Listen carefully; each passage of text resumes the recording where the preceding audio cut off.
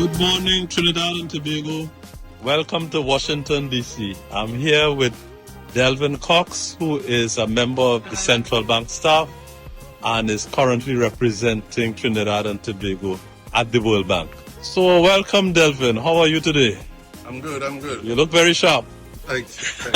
So tell us, Delvin, what do you do at the World Bank? Well, I'm currently an advisor, executive director, and Trinidad and Tobago is on the board of the World Bank.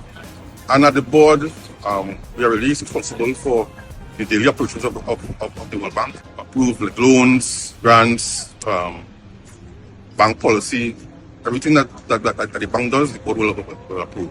I think one of the main issues would be the review of the shareholding, current shareholding. So the board is mandated to review the shareholding every 5 years, and this is really just to make sure that the changing world that the board represents the world as it evolves. Yes. So ensure that voting power is equitable, to increase representation at the board. Second thing I would say is country engagement model, how the bank engages with countries. Like Trinidad and Tobago? Okay. Being a small state. Yes. So how the bank would engage with small states as opposed to, say, middle income countries and so forth. So you're championing our cause? Of course.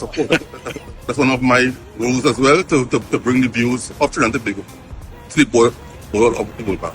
I think it's very interesting for me personally. I think the theme of the meetings being focused on jobs as a means out of poverty and a means to prosperity, I think it's very apt for the world we are living today.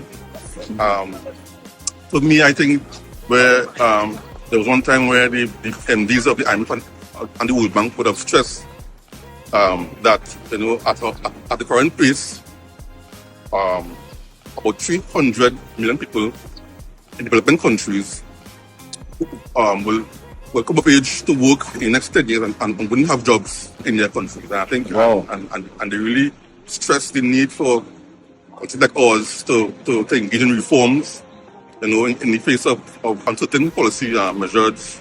So that for me, the MD really stressed, and you could tell she was passionate. She pulled up my heartstrings. What?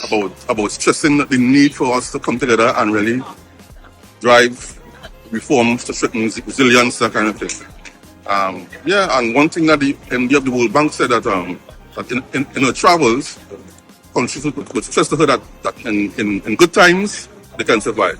In bad times, the plan for the situation and reform, but when times are uncertain, there's really no place to go. You know what to do.